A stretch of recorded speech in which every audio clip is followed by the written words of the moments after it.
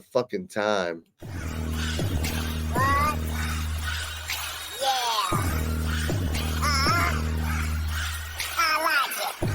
Oh yeah, man. Yo, Take it away, welcome boss. to NXT.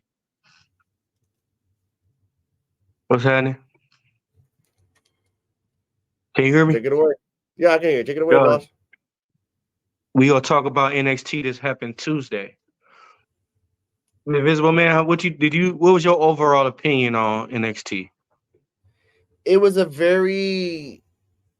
was the new year. You had to get some eyes on it.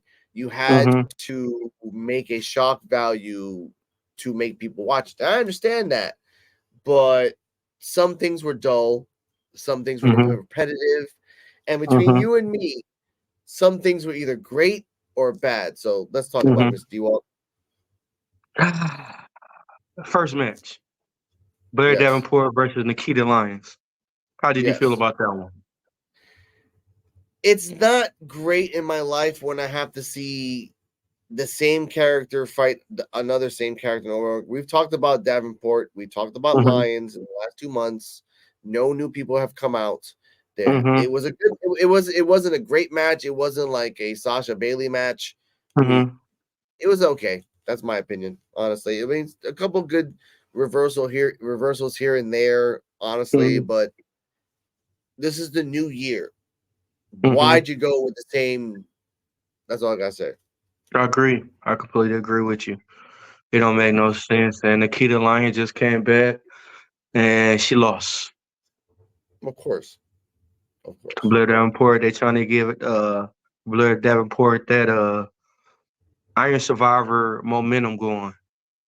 So she could try to take the belt away from Zara Laraki. Whatever, I probably messed that name up and everything. But they gave it a B, but I don't know. When I watched it, it just didn't interest me a lot. It's just being nice. Let's just say it is. It's just being nice to give it. It was like I said, it wasn't a great match. It Mm-hmm. deserved maybe a C plus, B minus, like a Yeah. way B minus. So that's what I think about it. I would have gave it a C plus. All right, that's fine. I say C plus. Okay. Next match we have the Dusty Classics. Now this dumb in the Dusty Classics, they only got 4 tag teams. Yeah. That's dumb. Yeah. But you got Gallus. You need 8. You need 8. Yeah, Honestly. 8. Well, you got 4, 2 on each side. That don't make no sense. And then the people they got in it don't make no sense. You got Gallus versus Braun Breaker and Baron Corbin. Yes. As we see here in the background, Breaker and the lone one. I know what your name is, sir. I ain't gonna call you the Wolf. Yeah, that match this didn't make no sense to me. I mean, they should have. To me, Braun Breaker should not be in no tag team. They should have been pushed him up to the main roster. I don't know why they doing this to him. I mean, it wouldn't even be no point for him to win this tournament, this Dusty Classic tournament. It wouldn't make no sense. This right here do not make no sense at all. You know what? Let's talk about that a little bit more deeper, because the Dusty Classic was basically meant for tag teams that were on the come up. They were meant for tag teams that was meant for greatness beyond.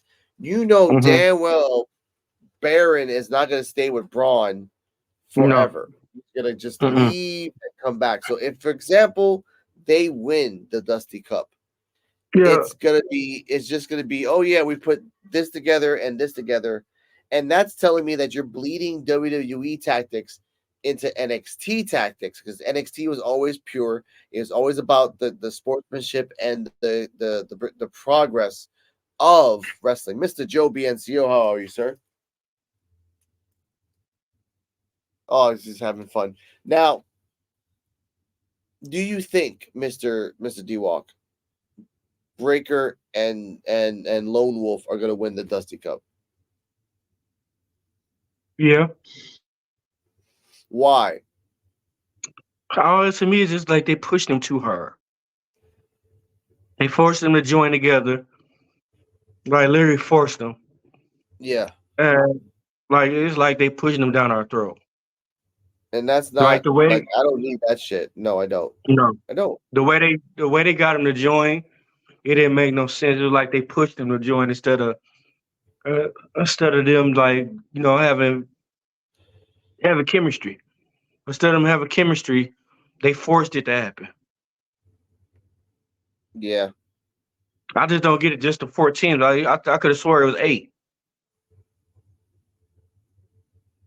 And that's the thing. Like you have hundreds of people in NXT and you couldn't make a tag team out of nowhere, an underdog tag team that was just off the come up. No, you had to Yeah. make a 1 and a 1 into 2. That's anyway, continue, sir. No, but what you saying was right though. Like it don't make no sense. Like what they doing now is they just pretty much just throwing teams together. They don't know if they got chemistry or not. They just throwing teams together. That it don't make no sense. Yep. Don't make no sense at all. Like to me, Gallus should have won over Braun Breaker and the lone pirate wolf, her Shiver Me Timber. But no, but that don't make no sense. You got a tag team that's a tag team that been winning, but then you got them to lose to somebody that y'all forced to win. Yeah. Yeah. It's dumb. It's It completely is. dumb, and I don't get it. Like, it's not who else in the tournament left still. Other than Baron and Corbin, I don't know. Yeah. Honestly. Other than Baron and Braun, I don't know. But then probably some no names that they gonna automatically win. So yeah, I mean it was set up for them to win when they put 4 people in there. Yeah. Sadly, you have to say it like it is because that's the way the fuck it is. Honestly. Yeah. And it sucks. They do. All right. Like next we got Lola Vice teasing challenging Laura Valkyrie until Tatum Paxton makes the save. Yeah. What you think about that segment? That was. I'm happy that the women are getting a like a push. A lot more women matches. I can respect that, but it just. They just don't have it. It just to me the women's division is dying. They just don't have that in it no more. Like it's like they scared to take hits and take bumps. Yep. Yeah, but they gave it a D though. Damn. Like right after the new year, you got it. All right, continue. Yeah. And then we got Josh Briggs versus Oro Mencia. Yeah. From the what you call it club, God damn it. Damn it, the fucking whatever. But yeah. How you feel about that match? That was a very cool match. I will respect that, and I will say it like that because honestly, other than that, that was it. There was nothing great about that match that enticed me. There was a couple good moves. Yeah. But ultimately, that's it. Yeah. But they gave it a C+ with Josh Briggs picking up the win over Mencia from the Metaphor. Yeah. They're pushing Briggs a lot. Yeah, a lot. honestly. Yeah, a lot. And then you got, I hate this match right here. I hated this match. You got the NXT Tag Team Championship, the Family versus OTM. Yeah. How did you feel about that match? No, you speak on it. Why you hated it so much? I hate it because I still can't see Reggie being a heel and a tough heel. That's just like watching Kevin Hart do action movies now. I can't see it. Shout out to Cat Williams exposing everybody. Oh man, that was crazy. We need to talk about that one day, but that was bananas. But I can't see Script being a serious role after the role he just came from. He didn't came from playing 3 clown roles. I just can't see him. Like I just can't take him serious. Like they got the wrong person to be in OTM. Yeah, but give him some time. Give him some time. I think with the right direction, if they give him direction, then maybe it would work. You know, it's too late. I think it's too late. Well, I wouldn't say too late. Like I said, I always use the chemistry of Fandango and this guy and Tyler Breeze to make magic. Like, just give him. If this gimmick doesn't work, try something else and see if it works. And these guys made gimmicks every other week just for fun, and it worked. So you guys can find something. Just really try. Yeah, but this is third gimmick already. I don't know how many more he got going for him. Look at Bray Wyatt. Bray Wyatt had like 7. He's But all of them, just give him time. but all of them was dope though. All Bray Wyatt gimmicks was dope. It had a meaning to it. Not all Bray Wyatt gimmicks. I remember the Chainsaw Massacre one where he was wearing like the leather thing. I'm like, all right, that was kind of weird. But either way, we're like, shout out to Bray Wyatt, rest in peace. But what else? So they got the family winning, and they gave it a B+. Nice. I give it that. All right. Okay, I give respect. Like, again, like from every, like, the last match was a D. So not before that. Before that, the last match. Yeah. Before the last match was a D. This one was a nice C+. Now we're going to. I like that the system of NXT, like, they're trying to throw something out there to see if it works, and then they know that they got these wrestlers that are going to be repetitive and fight no matter what. So shout out to BX for watching those type of all the time. I would go nuts, but that's him. Next we got Cora J versus Gigi Godolin. Yeah, which I feel cheap on that match, honestly. Like, it's just most of the women NXT matches just make me want to. But they gave it a C. Okay. With Jay winning. Pass. That's all I'm gonna say.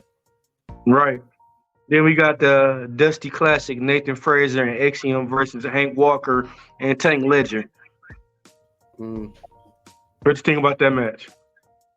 That was a good match. That was a very different match. A little different, like, it was a little heavy, but I respect it because honestly, it was just they're trying. Yeah, I give them that. Yeah, they is. I mean, that's the good combination to me. They did Axiom and Nathan Fraser. That's a good tag team right there. Mm-hmm. But you got Fraser and Axiom defeating the Hank and Tank to advance to the Dusty Classics. That gave that match a B. That's not bad. I give it that ain't bad. That ain't bad for especially Axiom and Nathan Fraser versus Hank and Tank. That ain't bad. They need to give them their shine. They need to give them their shine though. Like, let them shine. I mean, I think they got a lot of potential. Just like they dropped the ball on Swerve. I mean, they got a lot of potential. Okay. Next match, we got the North American Championship, Dragon Lee versus Alexis King. And I got the thing back here in the background. Here we go. That's not it. And that's not it. And that's it. Okay, now this was a very opportunistic match for Lexus King because obviously I don't think he deserves it, but everyone's like, oh, whatever. You know. No, he don't. I still don't understand how he got a title shot like that before anybody. And I mean, like, I just don't get how they ranking system now is the WWE because there's like anybody could challenge for the belt now. Oh, we'll talk about the ranking system later in the other companies. But what you thought about this match? This was a very technical. Like, you can see that he has AEW training, and Dragon Lee has Lucha Libre training, which they tried to integrate, but it was just very weird. So what was your thoughts on those two styles match, like clashing between Lexus King and Dragon Lee? I liked it. It was dope. Man, it was entertaining. It was better than the other matches, but it was entertaining. Very entertaining. But it was a good match by Alexis King, but he got up to the top too fast. Okay. I understand. I mean, it was a good match. Dragon Lee won, and it was a great ending for Lee because, again, they're pushing Lexus King to always be the guy getting to the prom and almost dancing but never becoming king. Kind of like how not Fandango, but how Tyler Breeze was in like 2015-16, where he would always get to the championship all the freaking time, but he never deserved it. But you're like, it's pretty cool wrestler. So other than Lexus King not really being a pretty cool wrestler, I'm guessing he'll be up to the dance maybe three or four more times.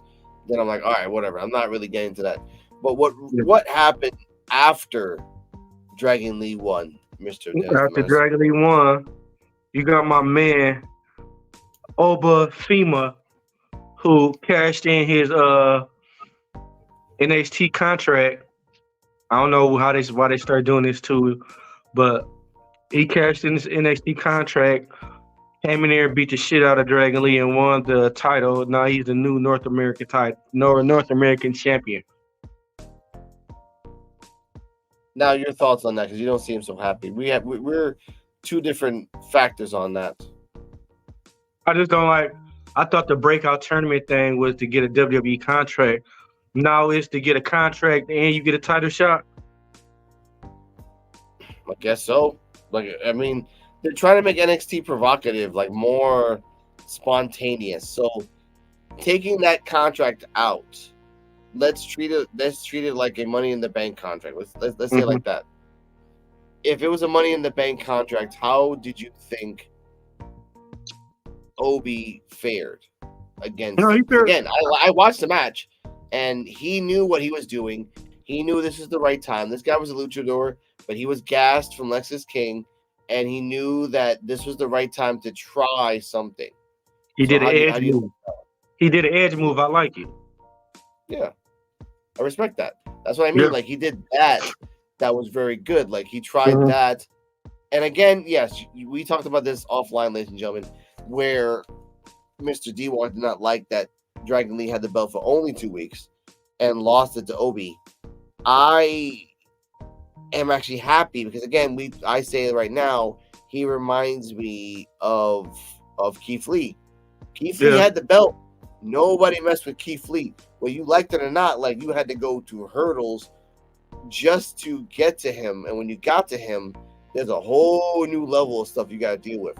So if they want to make NXT seriously serious, then you have to, and again, no shade to Dragon Lee, but Obi seems like he's the future.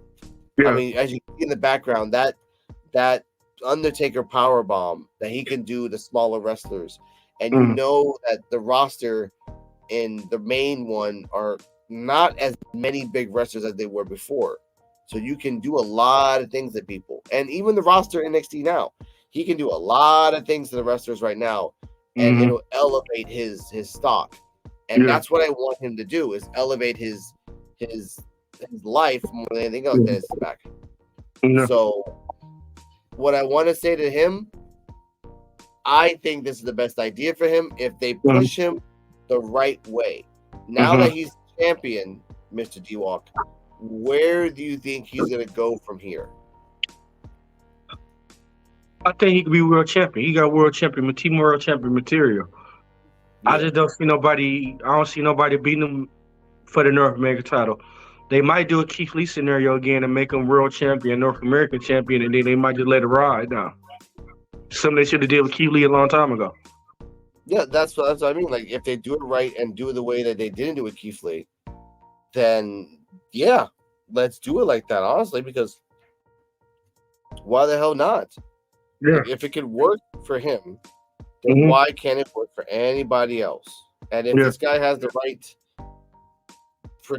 right motion and the right notion and everything else, then yeah, go for it. Yeah. That's my thoughts. Yeah, I agree. You know? But the problem with him is that if he's a good talker, he can go far. I haven't heard him talk yet. Yeah. Which he can use a manager or whatever you want to call it. But if he doesn't get it right, that's the problem with the main roster.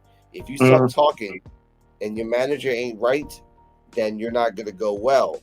And I'm pretty sure this guy's not going to be the Heyman guy. I don't want him in with the Street Profits and Bobby Lashley. I don't want that. So fantasy booking for you, D-Walk. Who, if he goes up to the main roster, which I'm guessing he's gonna go up in 6 months anyway. That's usually how it happens. Yeah. Where do you want him to go? Do you want him in single? Do you want him in a group, or do you want him in just in a tag team?